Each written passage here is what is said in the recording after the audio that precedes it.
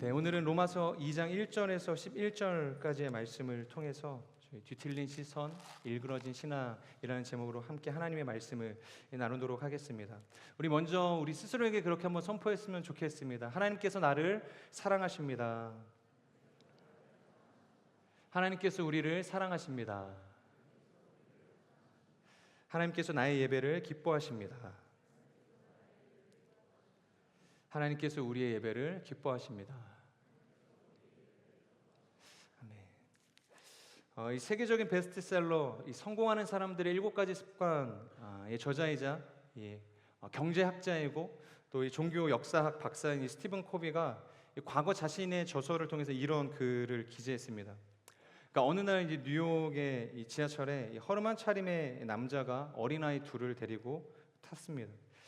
그리고 이 남자가 털썩 의자에 주저앉고선 어딘가 정신이 나간 사람처럼 이 허공을 바라보면서 이 넋을 잃고 있었다는 것이죠. 이 아이들은 오랜만에 전철을 탔으니까 이제 기분이 좋았던 것 같아요. 그래서 아버지가 그렇게 넋을 놓고 있는 사이에 이리 뛰고 이제 저리 뛰면서 같이 함께 그 공간에 있는 이 승객들을 좀 불쾌하게 했었던 것 같아요. 시끄럽게 구니까 이 승객들이 좀 불쾌하고 짜증이 났겠죠.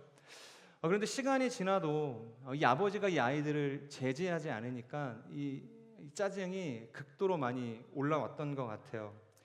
아니, 저 양반은 애들을 데리고 탔으면 이 아이들을 어떻게 좀 케어해야지, 그런 생각들이 들지 않겠어요? 저도 아이를 가진 부모지만 통제가 되지 않는 이 아이들을 이제 볼 때 아이들에게 무슨 죄가 있냐, 그 아버지가 이 아이를 통제해야 되지 않냐, 그리고 관리해야 되지 않겠냐라는 이제 생각들을 하게 되는 것이에요. 그러던 중 어느 아주머니가 이 넌지시 가서 타일을 겸 그 남자의 넋이 나간 표정을 깨우려고 이제 흔들었다는 거예요. 그러자 이 남자가 깜짝 놀라서 정신을 차리게 됩니다.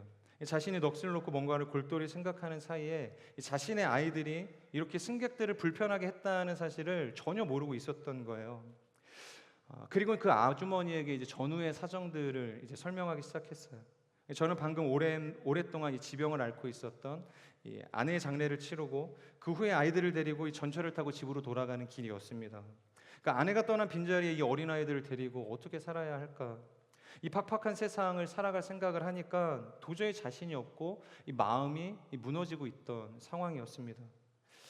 이 이야기를 그 아주머니뿐만이 아니라 주변에 있는 승객들이 다 함께 듣게 되었어요.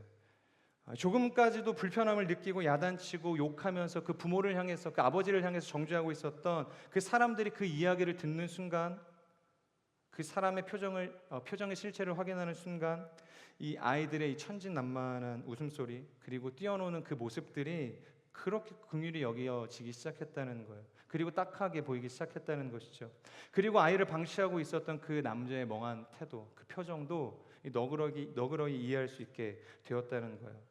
여기서 이 스티븐 코비는 개념 하나를 설명하게 돼요. 바로 이 패러다임 시프트라는 개념이었습니다.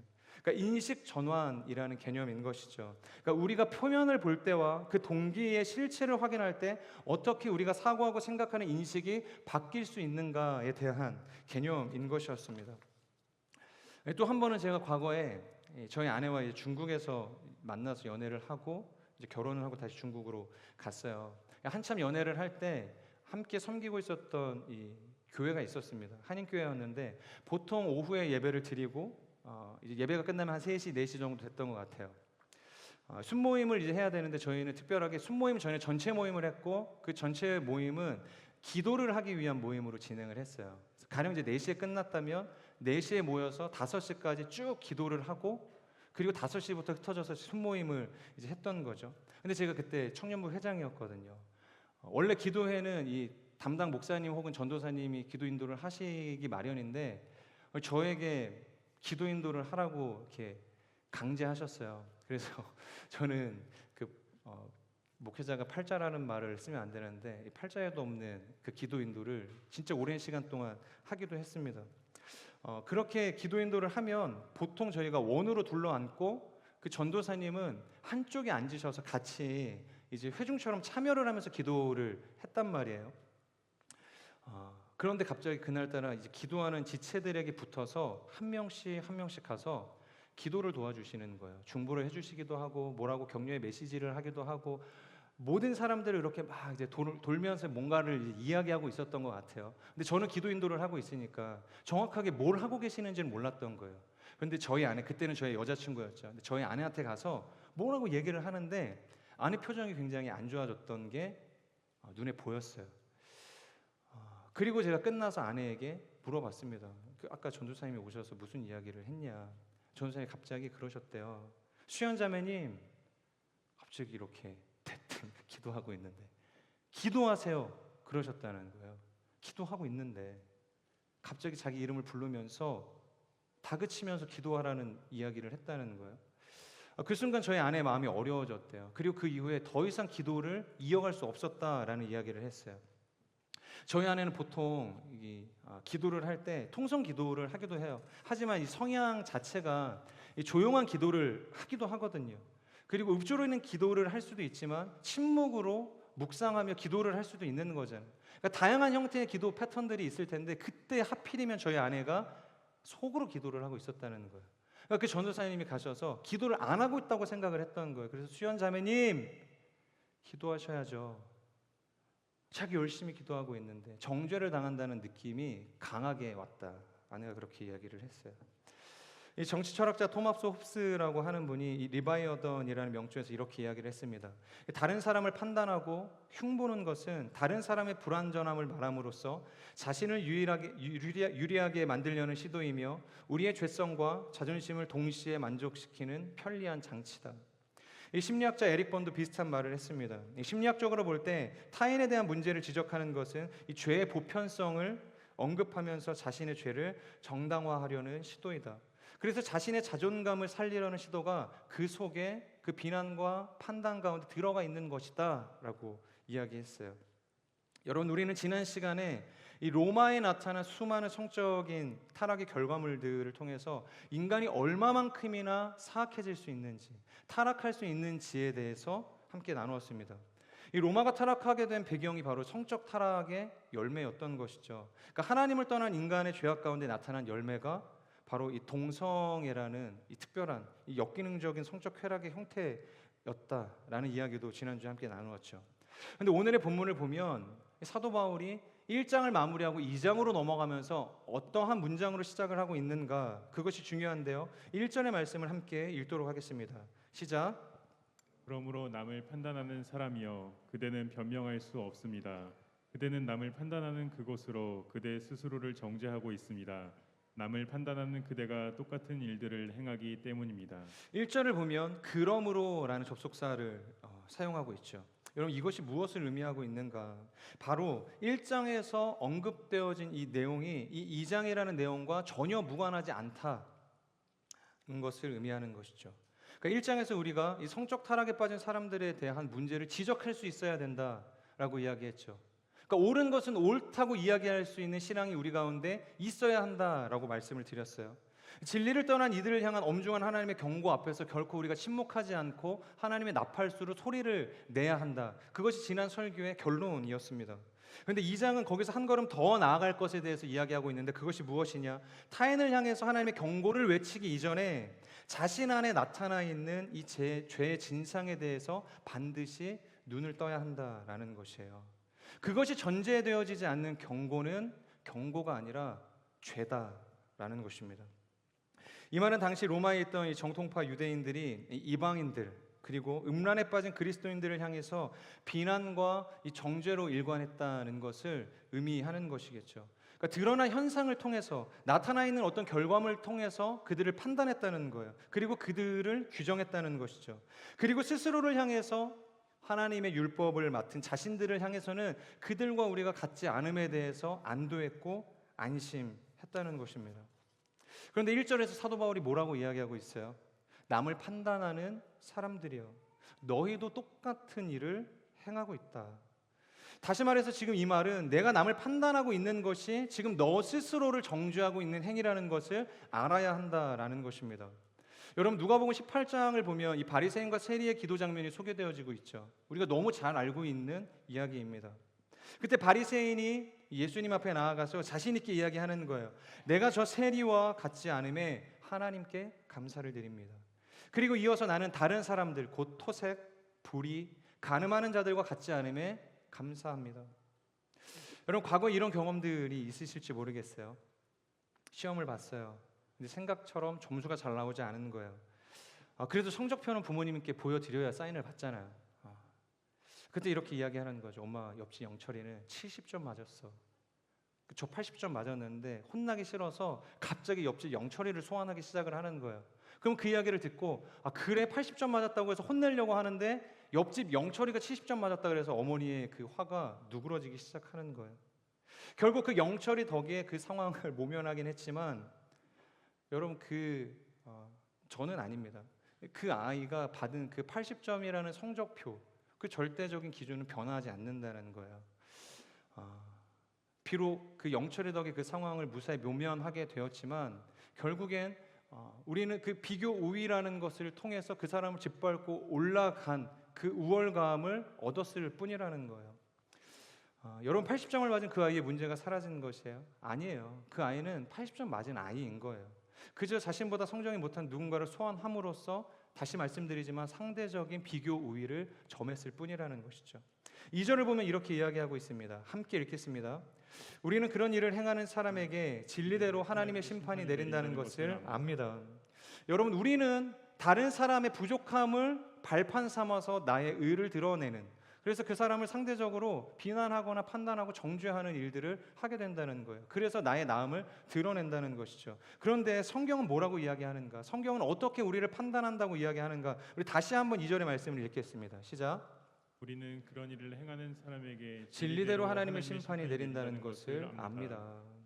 하나님께서 남을 판단하는 사람들을 향해서 어떻게 하신대요? 진리대로 심판하신대요. 여러분 사람이 행하는 그 판단과 하나님께서 사람에게 행하시는 그 심판이 헬라어로 동일어입니다. 그러니까 우리는 판단하지만 하나님께서는 심판하시는 거예요. 그 판단과 그 심판이 동등한 맥락이라는 것이죠. 여러분 근데 어떻게 우리를 심판하시겠대요? 어떤 근거를 통해서 우리를 심판하시나요? 진리대로 심판하시겠다 그렇게 말씀하세요. 자 그렇다면 질문을 던지겠습니다. 여러분 진리는 무엇일까요? 다시 질문 드리겠습니다. 그렇다면 진리의 반대말은 무엇일까요? 진리의 반대. 많은 분들의 머릿속에 아마 떠오르는 어떤 개념들이 있을지 모르겠어요. 근데 가장 많은 사람들이 이 진리의 반대말을 떠올릴 때 아마도 거짓이라는 개념을 떠올리지 않으시겠어요? 거짓, 진리. 진리는 참이잖아요. 변하지 않는 것, 옳은 것. 그런데 그 진리의 반대말은 변하는 것이겠죠. 거짓이고 그런 어떤 참이 아닌 어떤 영역들에 대해서 이야기는 하는 것일 것입니다. 그것이 우리가 가지고 있는 이 진리에 대한 개념이라는 거예요. 그런데 헬라적 개념에 있어서 당시 이 로마 시대를 살아가고 있었던 이 유대인들, 이 로마인들의 입장에서는 이 진리가 조금은 다르게 해석이 되었다는 거예요. 여러분 말이라는 것, 그리고 우리가 정의하고 있는 단어라는 것이 단순히 소리와 글자만을 의미하는 것이 아니죠. 그것은 그 시대를 살아가는 사람들의 문화와 이 사고방식 전부를 담아내고 있는 어떠한 세계라고 볼 수도 있는 것이에요. 그만큼 큰 것을 함축적으로 내포하고 있는 영역이라는 것이에요. 그렇기 때문에 그런 의미에서 이 헬라적 개념에서의 진리는 무엇이었냐면 뿌리, 그리고 근원, 보이지 않는 진짜 실체에 대해서 이야기할 때 그것을 진리라고 이야기했다는 것이에요. 그러니까 다시 말해서 사람들이 누군가를 판단할 때 근거가 뭐라 그랬어요? 바로 보여지는 현상이었다는 것이에요. 그러니까 보여지는 현상을 통해서 그 사람을 판단했다는 것이죠. 그것을 내가 했고 하지 않았고, 내가 누군가를 때렸고 때리지 않았고, 그러니까 명확하게 뭔가가 나뉘어지는, 이 흑과백으로 나뉘어지는 근거를 기준으로 그 상대방을 판단했다는 거예요. 그런데 하나님께서는 어떻게 심판을 하시겠대요? 우리를 어떻게 판단하시겠대요? 보여지는 현상이요? 명확하게 나누어지는 어떤 현상이요? 실체요? 하나님께서는 바로 진리대로 보여지는 것이 아니라 보이지 않는 진짜 실체, 그 뿌리, 그 근원을 가지고 판단하시겠다고 이야기하는 거예요. 그래서 오늘의 본문은 아니지만 16절에서 뭐라고 이야기하고 있는가 우리 함께 읽도록 하겠습니다. 시작. 이런 일은 내가 전한 복음대로 하나님께서 그리스도 예수를 통해 사람들의 은밀한 것을 심판하실 그날에 일어날 것입니다. 그러니까 은밀한 것을 심판하실 것이래요. 그러니까 드러나지 않았지만, 현상적으로 나타나진 않았지만, 우리가 보지 못했지만 사람 안에 감추어져 있는 은밀한 것을 하나님께서는 반드시 심판대 앞에서 판단하시겠다라고 이야기하시는 거예요. 왜냐하면 하나님께서는 사람의 마음의 중심을 꿰뚫어 보시는 분이기 때문이에요. 여러분, 마태복음 5장 27절에서 28절을 보면 예수님께서 제자들과 무리를 불러 세워놓고 유명한 말씀을 하시죠. 이 산상수훈이었습니다. 그 산상수훈의 대목 중에서 이런 말씀이 있어요. 우리 27절, 28절을 함께 읽겠습니다. 시작. 또 가늠하지 말라 하였다는 것을 너희가 들었으나 나는 너희에게 이르노니 음욕을 품고 여자를 보는 자마다 마음에 이미 가늠하였느니라. 여러분, 유대인들은 내가 간음을 했느냐 안 했느냐가 죄의 기준이었어요. 근데 예수님의 기준은 뭐예요? 더 본질적이고 실제적인 기준을 우리에게 들이대고 있다는 거예요. 그러니까 모세의 율법에 대해서 너희가 그렇게 듣고 죄라고 규정을 했을지 몰라도 28절, 나는 누구입니까? 나는 너희에게 말한다. 누구예요? 예수님이세요. 나는 너희에게 이르노니 음욕을 품고 여자를 보는 자마다 마음에 이미 간음하였느니라. 자, 여러분, 여기서 벗어날 수 있는 존재가 있나요? 그렇게 무흠한 인간이 있을 수 있을까요? 남자든 여자든 마음에 일어나는 그 정욕까지도 절제하고 품지 않을 수 있는 존재, 그런 존재가 있을까요? 이 예수님의 절대적인 기준 앞에서 비껴나갈 인생이 어디 있겠어요? 자, 그래서 다시 로마서 2장 1절 뭐라고 이야기하는가? 그러므로 남을 판단하는 사람이여 그대는 변명할 수 없습니다. 아니요, 저 간음하지 않았는데요, 저 마음에 음욕 품지 않았는데요, 그렇게 이야기하시는 분이 있을지 모르겠습니다. 그런데 마태복음의 기준을 보자면 간음한 거예요. 스스로에게 정직하실 수 있어야 되는 것입니다. 정죄하려고 하는 게 아니에요. 그것이 우리의 인간의 한계라고 지금 예수님께서 이야기하고 계시기 때문에 제가 그렇게 이야기하고 있는 것입니다. 여러분, 우리가 1장을 통해서 성적 타락과 특별히 동성애를 보면서 이 순리를 영리로 바꾸어 쾌락의 도구로 자신의 몸을 망치는 사람들을 향해서 정죄했잖아요. 판단했잖아요. 어떻게 하나님의 말씀을, 어떻게 하나님의 포이에마를, 우리는 하나님의 걸작품인데 그게 더럽힐 수가 있어, 훼손할 수가 있어. 어떻게 순리를 거스러 영리로 그것을 너의 쾌락을 위해서 사용할 수 있어. 오히려 바리새인의 모습처럼 그들과 같지 않음에 나는 동성애 성향을 갖지 않고 태어날 수 있어서 얼마나 감사한지 모르겠어요. 나는 동성을 좋아하지 않는 마음을 갖고서 지금까지 살아갈 수 있게 해주셔서 얼마나 감사한지 몰라요. 그렇게 여러분 하나님 앞에 감사하고 있지는 혹시 않으세요? 여러분, 동성애를 반대하는 이유가 뭐예요? 그저 비난을 위한 열심인가요? 자신의 의로움을 위해서 그냥 타인 깎아내리기에 불과한 것일까요? 교회에서 동성애 반대 서명을 하자고 담임 목사님께서 광고 많이 하시잖아요. 간혹 저희가 이 전체 공지방에서 어떤 반대 서명에 참여해 주세요, 동성애를 반대하는 여러분 이 청원에 투표해 주세요, 이런 글들 많이 올라가거든요. 왜 하시는 거예요? 이런 마음을 가지고 반대 서명을 하면 그것이 무엇이 의미가 있겠어요? 동성애자를 정죄하고 판단하고 내면 가운데 그들을 깎아내리고자 하는 그런 악한 마음을 가지고서 동성애 반대를 지지한다 한들 그것이 우리에게 있어서 하나님 앞에서 의의가 되겠어요? 거룩함이 되겠어요? 하나님, 야, 너 잘했다, 반대 서명 그거 참여하는 거 귀찮은 일인데 참 잘했다, 그러시겠어요? 회칠한 무덤이에요. 텅 빈 경건일 뿐이라는 것입니다. 여러분, 왜 그렇게 우리는 자신에게는 관대한데 타인에게는 엄격한 잣대와 기준을 들이대는 것일까요? 이 내로남불이라는 말이 있죠. 내가 하면 로맨스고요, 타인이 하면 불륜이에요. 여러분, 우리가 꼰대꼰대 거리지만 실제로 나는 어때요? 나는 꼰대 아닙니까? 저는 제가 꼰대가 아닌 줄 알았어요. 근데 저 진짜 심각한 꼰대더라고요. 여러분은 어떠세요? 그 회사의 직장 동료 생각하고 상사 생각하고 주변에 사람들을 생각할 때 그 꼰대 만나기 싫은데 저 꼰대 바로 그렇게 생각하지만 실제로 나 또한 누군가에게 있어서 꼰대는 아닐까? 여러분, 자신을 점검할 수 있어야 한다는 거예요. 어떤 분이 내로남불에 대해서 이렇게 장문의 글을 분석해서 쓰셨어요. 제가 읽어드리겠습니다. 남이 나의 행동을 지적하면 비판적인 사람이고 내가 지적하면 예리한 것이다. 남이 온순한 태도를 가지고 있으면 나약한 것이고 내가 온순하면 우아한 것이다. 남이 잘 차려입으면 허영심이 많은 것이고 내가 차려입으면 미적 감각이 뛰어난 것이다. 남이 자기 생각을 말하면 성질이 나쁜 것이고 내가 말하면 솔직한 것이다. 남이 큰 위험을 감수하면 무모한 것이고 내가 하면 용감한 것이다. 여러분, 우리가 뉴스만 보더라도 정말 흔히 드는 멘트가 있잖아요. 성역 없는 조사 부탁드립니다. 검찰이 기강을 바로 세워야 합니다. 그런데 그 대상이 내가 되면 뭐라고 해요? 정치 공작입니다. 옳지 않습니다. 검찰이 기강을 바로 세우기 위해서 성역 없는 조사를 위해서 본인이 대상이 되었는데 본인이 대상이 되면 그렇게 이야기한다는 거예요. 정치 공작이라고.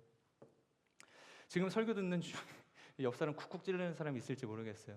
쳐다보지 마세요. 네, 쳐다보시면 안 돼요. 심지어 오늘 예배 오지도 않는 사람에게 카톡까지 보내시는 분이 있어요. 야, 지금 목사님 네 얘기하고 있어. 너 어떻게 안 오지 알고 지금 너 들으라고 목사님 설교하신다. 그러면서 좋은 말씀들 자기한테 적용하지 않고 그 카톡 보내요, 누군가한테. 네, 분명히 있습니다. 그런 경험이 있어요. 여러분, 아니에요. 그 사람 아니고 나에게 하는 얘기예요. 너 아니고 나 들으라고 하는 말인 것이에요. 그러니까 설교자조차, 저도 설교를 준비할 때 여러분이 제일 청중이 아니에요. 이 설교는 제일 먼저 저를 향해서 하나님의 말씀으로 선포하고 적용하는 말씀이라는 거예요. 그래서 저는 가급적인 여러분이라는 표현을 잘 안 하고 싶어 해요. 그래서 우리는, 저희는, 그러니까 저까지도 함께 포함하는 말씀으로 선포하려고 노력하고 있다는 것이에요. 여러분, 우리는 누군가를 결코 판단할 수 없는 존재가 아닙니다. 상대적인 의를 가지고 남을 판단할 수 없다는 거예요. 내가 남들에 비해서 비교적 높은 의를 가지고 있다고 해서 나를 의로운 사람이라고 정의해 주는 것이 아니라는 것이에요. 나는 예배당에 있고 어떤 친구는 늦잠 잤어요. 그래서 집에서 나 오늘은 온라인으로 예배 드릴게. 내가 그렇다고 해서 그 사람보다 더 의롭다는 게 아니에요. 여러분, 제가 닭갈비를 먹으러 갔어요. 그런데 아주머니가 그러시는 거예요. 제가 원래 드리는 것보다 더 많은 치즈를 드리는 거예요. 그래서 뭐라고요? 제가 원래 드리는 것보다 더 많은 치즈를 드리는 거예요. 그래서 제가 잘못 들었어요. 그래서 원래 치즈를 안 주시는데 볶음밥 하시는데 치즈를 주셨다고요? 아니요, 원래 볶음밥 시키시면 이 비빔밥 시키시면 치즈 나가는데 제가 정량보다 많이 드렸다고요. 그러면서 엄청 뭔가 저한테 어필을 하시는 거예요. 물론 좋은 일입니다. 감사한 일이에요. 근데 제가 그걸 끝나고서 옆에 있는 MC랑 무슨 얘기를 했냐면 그런데 치즈를 많이 주는 게 좋지 않은 사람도 있지 않겠냐. 가령 내가 만약에 치즈를 싫어하는 사람이라고 한다면 그분은 선한 양심을 가지고 선한 마음을 가지고 감사한 일을 가지고 나한테 행한 선행이지만 그것이 나에게 있어서도 감사의 일로 받아들일 수 있겠냐라는 것이죠. 그 아주머니 행동이 저에게 있어서는 결코 선이 아닐 수도 있다는 거예요. 여러분, 이처럼 우리가 세운 선이라는 기준과 잣대는 이 모래성과도 같은 것이에요. 관계에 따라서, 상황에 따라서 순식간에 무너져 버릴 수 있다는 것입니다. 이 과거에 국정교과서 문제로 큰 진통을 겪었던 시즌이 있죠. 중요한 이슈가 그거였어요. 너무 많다. 역사에 대한 해석이 너무 많다. 하나로 통일하자. 그런데 반대편에서 무슨 소리냐? 그거 너무 정치 편향적인 소리 아니냐? 그것이 절대적인 참여라고 단정지을 근거가 어디 있냐? 국정교과서에 결코 단일화는 없다. 불가능하다. 지나온 과거, 우리가 이미 잘 알고 경험한 그 어떤 사실을 우리가 해석하는 것에 있어서도 그 해석의 방법, 그 해석의 물줄기가 천차만별이라는 거예요. 어떻게 단일화를 할 수 있냐는 것이죠. 당시 신약교회도 어떤 플랜카드와 이 대자보가 붙었냐면 복음서도 4개인데, 그러니까 진리를 이야기하는 이 하나님의 말씀이 복음서도 4개라는 거예요.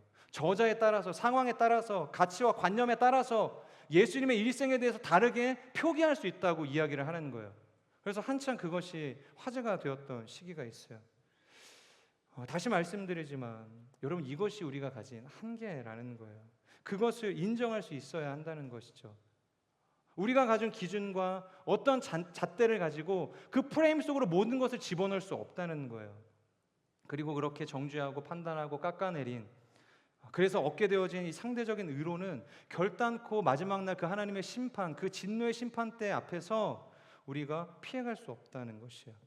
자, 그렇다면 우리에게 필요한 것은 무엇인가? 정죄인가? 판단인가? 이 바리새인의 고백이 아니라 세리의 고백이 필요한 것이에요. 여러분, 세리가 뭐라고 고백했죠? 바리새인은 내가 이렇게 했어요. 11조도 내고요. 저 토색한 자들과 같지 않습니다. 하루에 3번씩 금식하며 기도합니다. 바리새인은 그렇게 기도했어요. 세리는 뭐라고 기도했죠? 다른 이야기 하지 않았어요. 무릎을 꿇고 엎드려서 주님, 저는 죄인입니다. 저를 불쌍히 여겨주십시오. 여러분, 바리새인과 이 세리가 한 고백의 차이가 뭐예요? 바리새인은 하나님 앞에 자신이 가진 것을 들고 나아갔습니다. I have. 그리고 나열하는 거예요. 난 이런 것들이 있습니다. 하나님 앞에서 이러한 의를 쌓는 인생을 살았습니다. 그런데 세리는요, I have인가요? 세리는 I am. 나는 죄인입니다.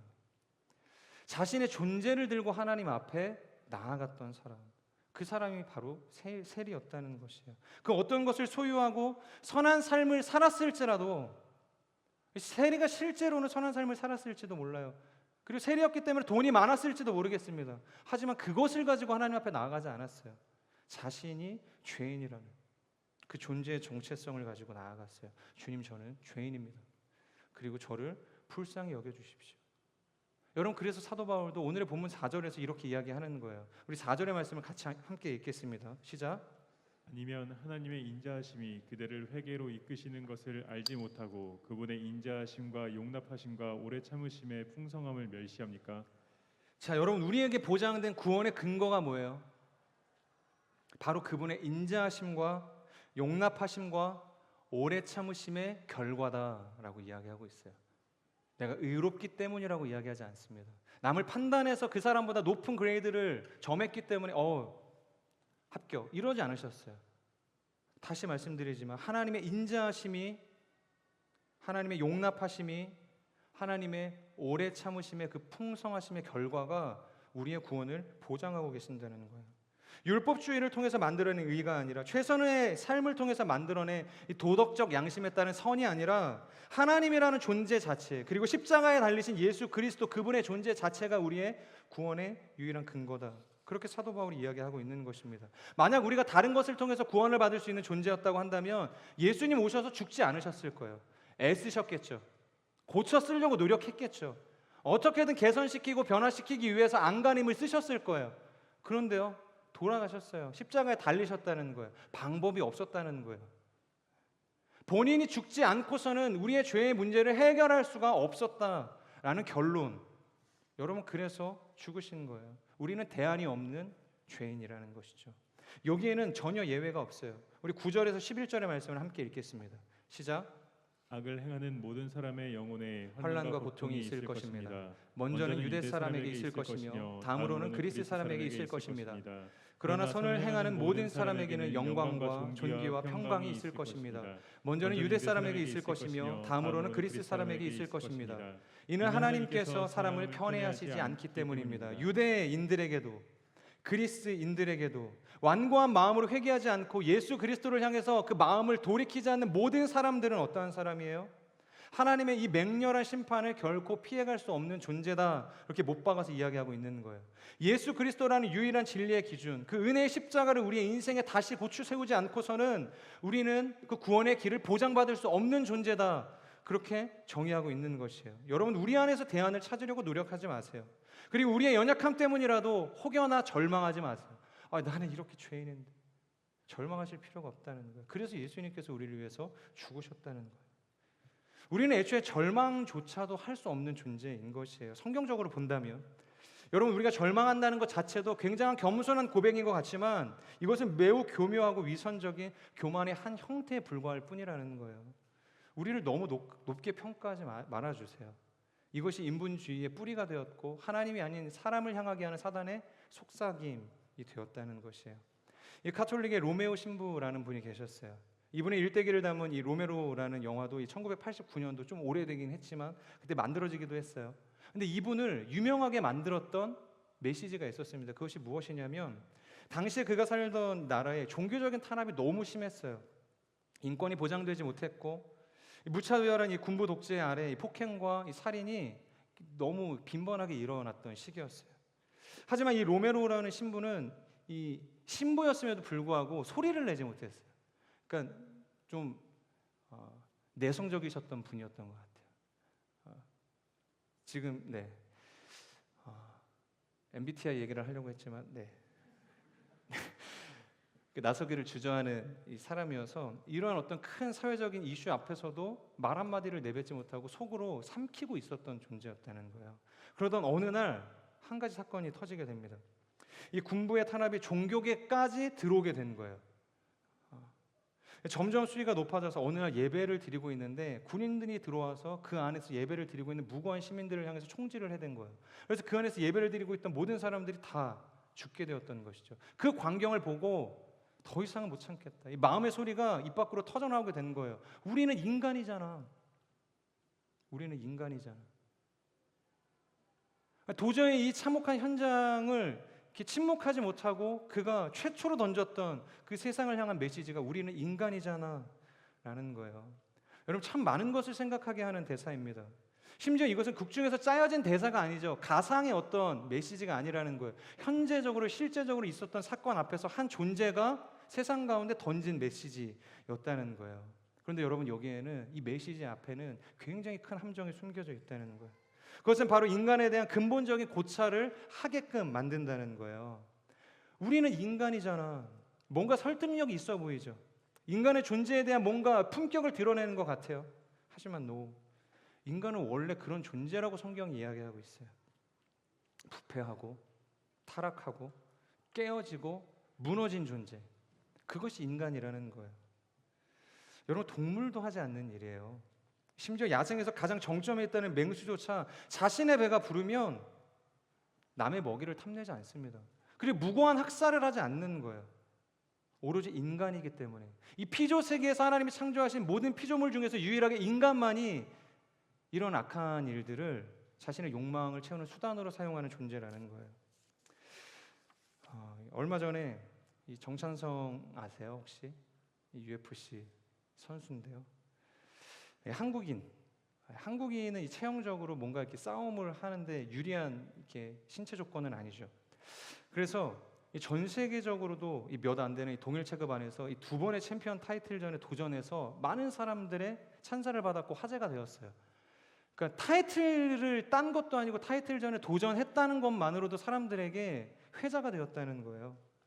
이 격투기라는 것이 수명이 짧기 때문에 그 짧은 시간 동안에 한 번도 아니고 2번을 도전한다는 것 자체가 이미 그분은 레전드라는 거예요.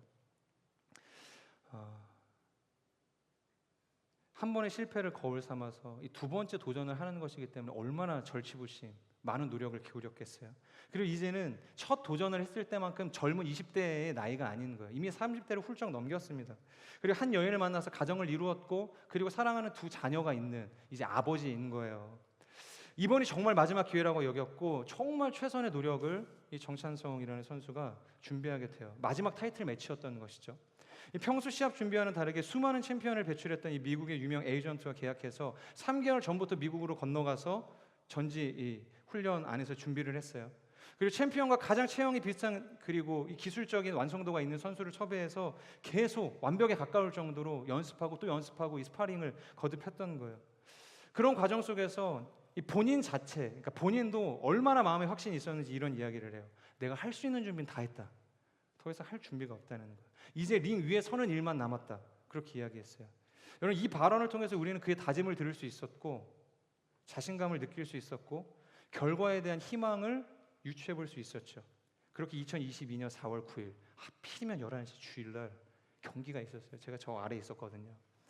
언제 경기를 하나 계속 그 경기가 곧 있을 것입니다. 있을 것입니다. 제가 올라올 때까지 정찬성의 경기는 시작하지 않았어요.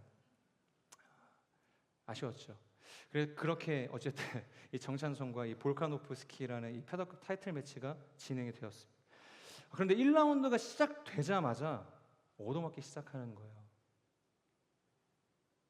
진짜 이거는 너무 맞는데 싶을 정도로 이 상대방의 이 잽에 대한 거리 조절이 전혀 되지 않았어요. 연습할 때 그 스파링 파트너에게 한 번도 이런 유효타, 이 잽으로 유효타를 맞은 적이 없대요. 그래서 자신이 있었던 거였거든. 평소라면 맞지 않았을 공격을 허용하기 시작하면서 2라운드, 3라운드 완전히 무너지기 시작한 거예요. 이거 기권해야 되는 거 아닌가라는 생각이 들었는데 이 3라운드도 어쨌든 종료가 돼요. 그렇게 저는 그걸 보면서 결과를 알았지만 그런 마음이 드는 거예요. 야, 죽지만 말아라. 4라운드에 올라가겠다고 하는 거예요. 이 파이팅 포즈를 취한 거죠. 그래서 진짜 그런 마음을 가졌어요. 너무 얻어맞으니까 죽지만 말고 내려와라. 그렇게 4라운드가 시작하자마자 한 대 맞고 심판이 경기를 중단시켰어요. 그렇게 TKO 패, 완벽하게 패배를 한 거죠. 정말로 경기 결과를 알고 제가 이 경기를 봤음에도 불구하고 이 안타까운 마음이 드는 거예요.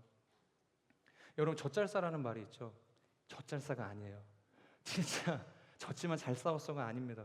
이 경기는 거의 구타당하는 정도의 수준이었어요. 처참했고 완벽한 패배. 이게 정말로 이 챔피언전에서 1위와 이 4위의 이 격차라고 볼 수 있을까? 너무 많은 격차가 났던 경기였어요.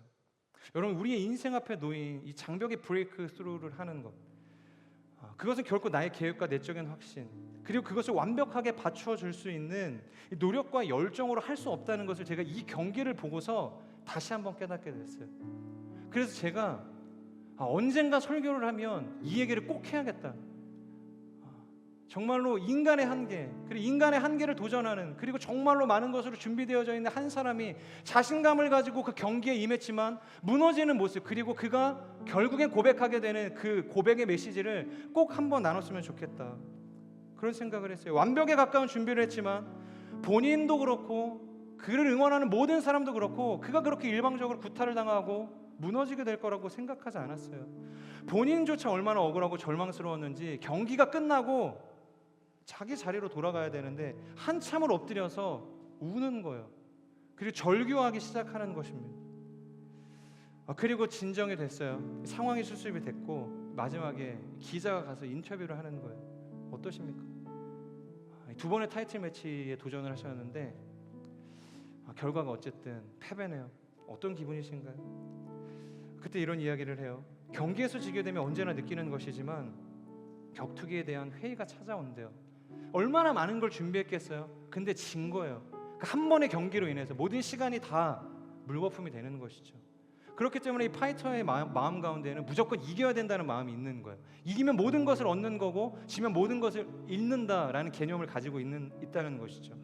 하지만 그래도 시간이 지나면 다시 일어나야지, 다시 도전해봐야지라는 생각이 찾아오게 된대요. 그렇게 10년의 시간을 넘게 이 격투기 현장 가운데 본인이 있었다고 이야기하는 것이죠. 그런데 이번 패배를 통해서 앞으로 나에게 챔피언은 영원히 불가능한 일이겠구나, 스스로에게 큰 절망과 한계를 경험했다라고 고백을 하는 거예요. 경기를 할수록 가로막혀 앞으로 나아갈 수 없는 거대한 장벽을 느꼈다, 그렇게 고백을 하는 거예요. 사랑하는 여러분, 여러분의 인생에는 여러분의 인생 가운데 찾아오는 그 큰 장벽을 돌파하는 힘이 어디에 있습니까? 여러분의 인생에 찾아오는 수많은 그 결핍을 해소하는 근원이 어디에 있으세요? 이 볼트만이라는 신학자는 이 하나님의 계시, 그분의 나타내심에 대해서 이런 정의를 내렸어요. 신앙으로 수용된 하나님의 계시는 결국 나 자신에 대한 이해, 즉 인간 실존에 대한 이해로 나아가게 하는 것이다. 하나님의 계시는 하나님을 알게 하는 것이 아니라 인간의 본래적, 비본래적인 모습을 인식하게 하는 것이다. 즉 하나님의 생명에 계신 예수 그리스도를 우리가 믿음으로 안다는 것은 곧 내가 생명으로 나아가야 한다는 것, 그리고 동시에 내가 지금 죄인이라는 것을 깨닫게 한다는 것을 의미하는 데 있다라고 이야기했어요. 여러분, 신앙의 근거, 우리의 의의 근거는 지식이 아니에요. 율법을 많이 지키는 것에 있지 않습니다.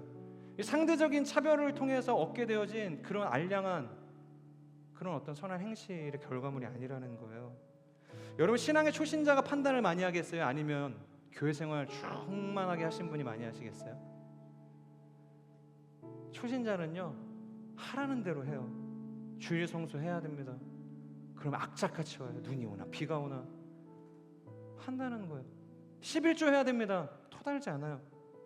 그냥 하나님께서 하라고 하니까 해야 되는가 보다 생각하고 행하는 순수함이 있어요. 신앙이 아주 단순합니다. 복잡하지 않아요. 그저 성경이 그의 신앙의 유일한 기준이 되는 거예요. 그런데요, 신앙 좀 했다고 하는 사람들은 성경에 단서를 하나씩 붙이기 시작해요. 자신의 생각이 드러나기 시작합니다. 신앙이 아주 복잡해지는 거예요. 성경이 아니라 어느새 나의 경험이 기준이 되는 경우가 많이 있다는 것이에요. 이 박노해 시인이라는 분이 그런 이야기를 해요. 알을 가로막는 것은 무지가 아니다. 오히려 너무 많은 알미다. 여러분, 신앙은 지식이 아니에요. 지식은 신앙을 위한 도구일 뿐입니다. 제가 과거 장신대를 이제 재학하고 있을 때 한 구약학 교수님이 사경회를 하는데 기도 인도회를 하셨어요. 그러니까 사경회가 저희 수련회 같은 거예요. 수련회 이제 설교 끝나면은 이제 기도자가 올라와서 이제 기도 인도 같은 거 하잖아요. 거기서 이제 교수님이 올라오셔서 기도 인도를 하시는 거예요. 구약학 교수셨어요. 그리고 시니어 교수였습니다. 진짜 구약학 하면은 진짜 엄지손가락 들어줄 만한 그런 분이었어요. 그런데 제가 생각할 때 이분의 기도 인도가 뭔가 어색하고 부자연스러운 거예요. 뭐지? 내가 해도 이것보다 잘하겠는데? 그런 생각이 드는 거예요. 도대체 이 어색함은 뭘까? 그런데 마지막 날 설교 후에 또 기도 인도자로 이분이 올라오시는 거예요. 그러니까 첫날에 올라오셨으면 보편적인 로테이션이면 올라오시면 안 돼요. 그런데 올라온 거예요. 원래 그리고 예정돼 있던 분도 이분이 아니라 다른 분이셨어요. 근데 그때 그분이 이렇게 이야기하시더라고요. 자기가 정말로 부끄러운 고백이지만 여러분들에게 나누고 싶었고 그걸 나누기 위해서 라인업을 교체해서 제가 지금 이 자리에 섰습니다. 그것이 뭐냐면 첫날 사경회에서 기도 인도를 하는데 그때 예수님을 인격적으로 만나셨대요. 놀랍지 않으세요? 이 첫날 그 어색함의 이유, 이분의 기도 인도가 뭔가 이상하다고 생각했던 그 이유가 바로 예수님을 만나지 못했던 교수님이 올라와서 예수 만난 사람들 앞에서 기도 인도를 하는 거예요. 그러니까 그 이상하죠. 어색할 수밖에 없는 거예요. 장신대 구약학 박사, 교수, 여러분 그거 아무나 하는 거 아니거든요. 박사 땄다고 해서 다 그 장신대 교수 하는 거 아니에요. 정말로 훌륭한 사람들, 대단한 지식이 있어야 그곳에 설 수 있는 것입니다. 그런데 그만한 지식을 가지고도, 그만한 경험을 가지고도, 그만한 학벌을 가지고도 예수님 못 만날 수 있다는 거예요. 신앙 없는 종교인으로 살아낼 수 있다는 것입니다. 사랑하는 여러분, 우리에게 필요한 것은 우월한 지식이 아니에요. 남을 깎아내릴 수 있을 만큼의 율법에 정통한 의의가 아니라는 거예요. 지식 많이 남겨봐야 남을 판단하기만 하는 것이에요. 나의 불완전한 의를 이루기 위한 수단에 악용될 뿐입니다. 우리에게 정말 필요한 것이 있다면 그것은 바로 무너진 선악과를 다시 일으켜 세우는 거예요. 이찬수 목사님이 이 예수님의 십자가 사건을 선악과로 비유해서 이야기를 하시거든요. 이렇게 이야기하세요. 선악과가 하나님 없이 내가 기준이 되고 근거가 되어 세상을 살겠다는 반역의 시작이었다. 그렇다면 그 무너진 선악과를 다시 세우겠다는 것은 반역의 역사를 돌이켜 내가 십자가로 돌아가겠다는 결단이다. 사랑하는 여러분, 우리에게 필요한 것은 이 선악을 알게 하는, 그래서 하나님과 같아질 수 있게 하는 그 지식을 소유하는 것이 있지 않습니다. 그거 없어도 하나님께서 우리에게 다 채워주신다는 거예요. 에덴 동산에 결핍이 있었어요? 결핍 없었어요. 이 선악과를 따먹기 시작하면서 결핍이 찾아온 거예요. 그 인생이 뒤틀리기 시작한 거예요. 왜곡되기 시작한 거예요. 불안함을 느끼기 시작한 것입니다. 저는 우리의 인생에 무너진 그 선악과를 다시 세울 수 있는 복된 인생의 여정이 되길 축복합니다. 타락과 반역의 역사를 돌이켜 그 예수 그리스도를 통해서 얻게 해주신 그 십자가 은혜로 나아갈 수 있는 인생이 되길 축복합니다. 비판과 판단의 언어가 그치고 축복과 사랑의 언어로 우리의 인생의 모든 입술을 채워갈 수 있는 그런 복된 인생이 되기를 다시 한번 주님의 이름으로 축복합니다. 그렇게 뒤틀린 시선과 일그러진 우리의 인생이 신앙이 회복되기 시작할 때 우리는 하나님의 심판이 진노가 아닌, 오늘 본문의 사도 바울이 이야기하는 것처럼 7절에서 참고 선을 행해 영광과 존귀와 불멸을 추구하는 사람에게 주시는 영생을 얻게 될 것입니다. 저는 우리의 인생이 하나님 앞에서 심판이 아니라, 진노가 아니라 영생과 존귀와 불멸을 추구하는 사람들에게 주시는 하나님의 구원이 되기를 주님의 이름으로 축복합니다. 우리 같이 말씀을 기억하면서 함께 기도하겠습니다. 기도하실 때 우리 한 가지만 기도했으면 좋겠습니다. 기도하실 때 존귀하신 하나님, 예수님께서 우리의 인생을 용납해 주시고 인내해 주시고 사랑해 주셨기 때문에 죽을 수밖에 없던 우리의 인생의 돌이킴을 받고 원수되었던 하나님과의 관계를 회복하고 화평 가운데로 나아갈 수 있었음을 믿음으로 고백합니다. 그 사랑의 수혜자, 그 은혜의 수혜자, 그 불같은 하나님의 그 소유된 그 사랑 앞에 놓여진 우리의 인생이 누군가를 판단하는, 누군가를 정죄하는, 그래서 나의 내면적인 의를 채우고 나의 만족을 채우고 나의 삶을 이렇게 세우는 인생이 되지 않을 수 있도록 하나님 역사하여 주시옵소서. 오직 예수 그리스도를 통해서 나의 인생의 대안을 찾게 해주시고 나의 인생의 의로움을 세워갈 수 있는 복된 하나님의 사람들이 될 수 있도록 역사하여 주시옵소서. 그렇게 뒤틀린 시선이 사라지게 하여 주시고 일그러진 신앙이 회복되게 하여 주셔서 하나님께서 주시는 그 영원한 생명 가운데 나아가는 하나님의 사람들이 될 수 있도록 역사하여 주시옵소서. 함께 말씀을 기억하면서 통성으로 기도하며 나아가겠습니다. 신실하신 하나님 감사합니다. 오늘도 우리를 붙들 수 있는 그 신실하신 하나님을 찬양합니다. 그 전능하신 하나님의 은혜, 하나님의 그 능력을 바라보며 오늘도 우리가 믿음의 고백으로 나아갑니다. 하나님께서 우리를 정죄하지 않으시고, 하나님께서 우리를 판단하지 않으시고, 하나님께서 우리를 조건 없는 사랑과 은혜로 인하여서 붙드시고 영생 가운데로 이끌어 가시는 그 신실하신 하나님이심을 우리가 믿음으로 고백합니다. 믿음의 주여, 우리를 온전케 하시는, 우리의 믿음을 완성시키시는 그 예수 그리스도만 바라보며 우리의 인생의 유일한 대안으로 삼고 나아갈 수 있는 하나님의 사람들이 될 수 있도록 역사하여 주시옵소서. 그 심판의 날에 하나님의 진노를 피할 수 있는 길이 무엇이더라? 그것은 하나님께서 우리를 판단하지 않으셨듯이 우리도 세상을 판단하지 않고 형제를 판단하지 않고 예수 그리스도의 사랑을 흘려보내고 예수 그리스도의 그 사랑과 은혜를 내 인생 가운데 다시 세우는 일인 것임을 하나님과 믿음으로 고백하며 나아갈 수 있도록 역사하여 주시옵소서. 에덴 동산의 그 선악과를 따먹고 타락이 시작되었던 것처럼 그 하나님과의 모든 관계가 비틀리고 어그러졌던 것처럼 하나님 다시 한번 우리가 하나님과의 그 관계 회복을 위해서 무너진 하나님 그 인생의 선악과를 다시 세울 수 있도록 하나님 역사하여 주시옵소서. 하나님 십자가를 다시 세울 수 있도록 하나님을 인도하여 주시옵소서. 좋으신 하나님 감사합니다. 오직 예수 그리스도의 그 사랑, 예수 그리스도의 은혜가 우리를 완전하게 하시고 온전하게 하심을 우리가 믿음으로 고백합니다.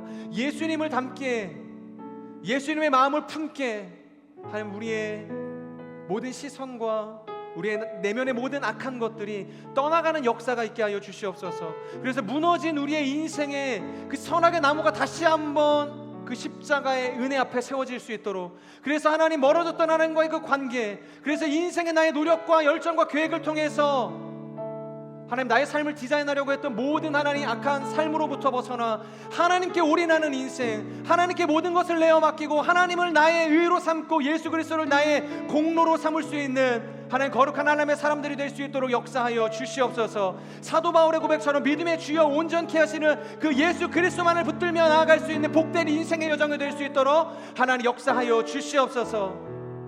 하나님, 우리는 불완전한 존재입니다.